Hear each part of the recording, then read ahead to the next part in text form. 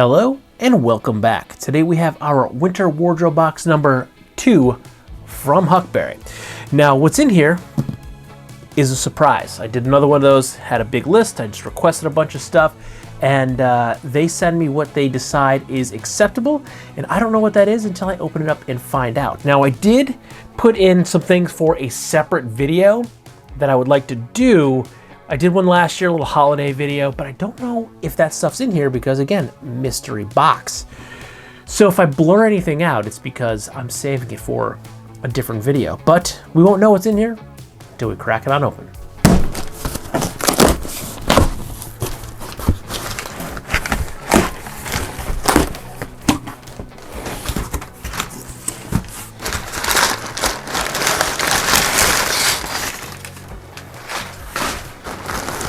Okay, yes. All right. So this is the Sherpa-Lined quilt bone button Western shirt. This was one of the items that I really wanted to take a look at. I've been eyeballing this since I saw it on the site, and yeah, super stoked that this is actually included in the box. Really happy about that one. And sticking with my current love for sweaters, this I believe is the Flint and Tinder Fair Isle Merino wool sweater. So this is pretty cool. Can't wait to check that out. Okay, this I believe is the Flint and Tinder knit flannel button down. I think this is actually a stretch, so that's kind of cool. Okay, we're gonna blur this out. We're gonna blur this out. And we're gonna blur this out. And we do have actually pair of grays and a new pair of Lems. And we're going to start right here with the Flint and Tinder Sherpa-Lined bone button Western shirt. Now, the bone button Western shirt is actually one of my favorite shirts from Huckberry. I love Western shirts. I love the bone button. It is great. I have a couple of them, and this is awesome. Oh, super excited for this one. Now this, ooh, is it actually Sherpa in the sleeves or is it poly in the sleeves? Okay, so it is poly in the sleeves. I believe it's all Sherpa. It is, but this is nice. This thing is pretty awesome. Oh, excited for this. I believe this is, it has, oh, and they're lined too. They're fleece lined. There's a fleece lining in there, but they are lined. So we have a Sherpa lining throughout the body, poly lining in the sleeve, and this is the bone button Western. Again, one of my favorite shirts. I have a couple of them. I have the standard wash. I have one of the limited edition ones. This is the Sherpa line. So we do have our Western yoke. It's a little bit rounded. It's not quite pointed, but oh, this material looks nice. It does kind of have a Shishiko kind of look to it, but this is not a Shishiko fabric. But this is super nice. Really excited for this one. I've really been looking forward to checking out the Sherpa-Lined quilt bone button Western shirt. And for a point of reference, I am 5'9", roughly 175 to 180 pounds, and I am wearing this in a size large. Now this currently comes in at $228 USD, and it is only available in the medium wash colorway. Now this features our standard Western appointments with pointed pockets and a Western back yoke, but we have the addition of the super soft Sherpa lining throughout the body, and once again we have poly lining in the sleeves. And it does feature the burnt cowbone snap buttons that I absolutely love. Now the body of this is 88% cotton and 12% rayon. The Sherpa body lining is 100% polyester, as well as the quilt nylon sleeves being 100% polyester. These are real cow bone button snaps, and it is made in China. And trying it on for the very first time, I think it fits me pretty good. It is a bit oversized because even though they call this a Sherpa-Lined shirt, this is in fact a shirt jacket because, well, it is lined and it does have hand warmer pockets. So it is a little bit oversized, so I could probably still fit this on over a flannel or a regular Flint and Tinder bone button Western shirt. But I really like the cut of this. I don't feel restricted. I feel like it's fitting me really nice. I really like the look of the Sherpa collar over this shirt. And again, the fabric does give it a Shishiko kind of look to it, but it is not Shishiko. It's almost like a well-worn, well-pressed in denim. And the pan warmer pockets, they are pretty deep and they are very comfortable. This fleece lining is nice. They will keep your hands warm on some of these cold days and nights that are ahead of us. Next, let's move into the Flint and Tinder Merino Fair Isle sweater. So I have been really getting into sweaters lately, so this is going to fit right into my current wardrobe because it's been really cold and I've been wearing a lot of sweaters and sweatshirts. And this one is really nice. I really like the print on the Fair Isle sweater, and it's giving me these holiday vibes because it is in fact December at the time of filming, and this feels really nice. I like the pattern, I like the feel of it, and I think it's going to look good and be festive for the coming holiday season. Now the Flint & Tinder Merino Fair Isle sweater comes in at $158 USD. This colorway is called Charcoal Snowflake. Huckberry says this is a warm, mid-weight construction, perfect for winter layering.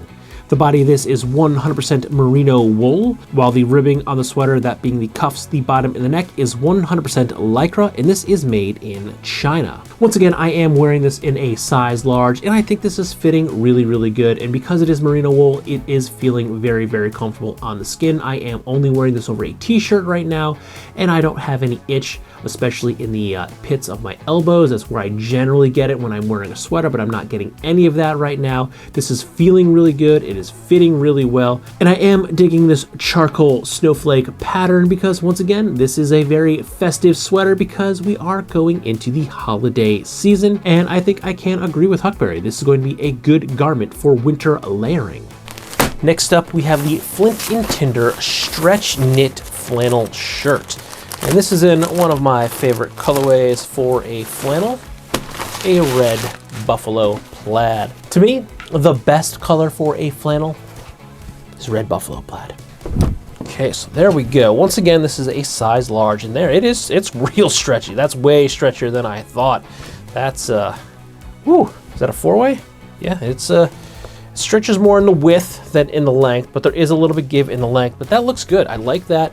It's actually a little thicker than I had anticipated too. I would say this is probably a solid mid-weight flannel. Yeah, I did not expect it to actually be that thick being a stretch flannel, but it's really soft too. So not only does it have a lot of stretch, it's thicker than I anticipated, but it's actually really soft. Let's see, we'll probably just have a straight back yoke. We do have, do we have elbow pads? Now this is gonna be really hard to see on plaid. It's kind of like looking at black on black, but we do have, I guess I would call it an elbow pad. It starts up here by the elbow, but it actually is a patch that goes all the way down to the cuff. So it's reinforced, and I would think this is probably there because this is stretch. So stretch tends to wear out quicker, so they're giving you this extra layer here of protection, so it's gonna make the shirt last longer. Now tossing on the Flint & Tinder stretch knit flannel shirt for the first time, I think it's feeling a tiny bit big on me, but this is a more traditional cut, so it is going to be a more squared off, relaxed fit, so I guess I'm okay with that. Plus that'll give me plenty of room to move around and swing an axe when I go full lumberjack. And reading the details, Huckberry does say that it does feature durable details like reinforced elbows make this shirt robust enough for yard work, while dual button flap chest pockets and simple collar give you a ruggedly handsome look for date night. Now the shirt does come in at $128 USD, seen here in the brick plaid colorway. It is also available in navy twill, dark olive plaid, and washed spruce seasonal plaid. The shirt is made from 68% polyester, 28% viscose, and 4% spandex, and this is made in Vietnam. Now let's check out the Lems. I believe, am I correct? Yes, these are the Lems Trailblazer in the Kodiak colorway. I think that's pretty awesome. Now I do have the Lems Boulder, which is an all-leather, zero-drop hiking boot that is also waterproof, and they're actually one of my favorite hikers. They're one of two boots that I interchange hiking. I've been using either my Lems or a pair of Huckberry Danner collabs. I forget the model. I have 2 or 3 different Huckberry Danner collabs, and I forget the model of the one I wear hiking, but I wear both of those kind of interchangeably depending upon the season. The Lems a little bit higher, but I love them so much. I wanted to get another pair of Lems, and I saw these and I just thought these looked awesome because it's kind of has, it's a hiker, but it has a very street shoe vibe to it. So this is something I think you can wear from the trail to the street, no problem. You can go hiking and then hit the coffee shop either before or after and you're gonna fit in no matter what scenario. And my other Lems, those boulders, they're so incredibly comfortable. I really, really enjoy those boots. They are a great pair of footwear, so I thought it was time I checked out another pair of Lems. Ooh, these feel comfortable. There's that big squishy insole on there. They feel really, really nice. And this Kodiak colorway just looks pretty rad. I really, really like this colorway. Yeah, that shoe it does kind of remind me of like an old school Van kind of, that look to it, but we have a more rugged outdoor type sole. So this is going to be a really cool little shoe to wear to a lot of different situations. But the Lems Trailblazer come in at $145 USD, seen here in the Kodiak colorway. They are also available in the Juniper colorway, which is also pretty badass. Now they say that this is Lem's most supportive trail sneaker yet. The Trailblazer is for those who want both plenty of toe space and stability. A zero drop platform helps to align your spine and encourage mid-foot strike, while the rubber outsole can handle all types of rugged terrain, topped off with a microfiber mesh upper to promote air circulation while wicking away moisture. Your feet will stay comfortable and cool at every elevation. And if these are anything like my Boulder, I could say that these are going to be incredibly comfortable right out of the box. I'm probably going to be able to go throw down several miles in these without having to walk around in them for a couple of days, a little at a time, to break them in. In fact, the first time I wore my last pair of Lems was on a 6-mile hike, and I had 0 blisters and 0 irritation. And I think just looking at these Trailblazers and trying them on for the first time, I can probably do the exact same thing in these. And last but not least for this unboxing, we have a pair of grays wool outdoor Mule slippers. Now this is actually my second pair of grays. I think one of my first boxes from Huckberry, or right around the beginning of my partnership with Huckberry, I was offered a pair of the grays wool slipper boots, and I still have them. I still wear them.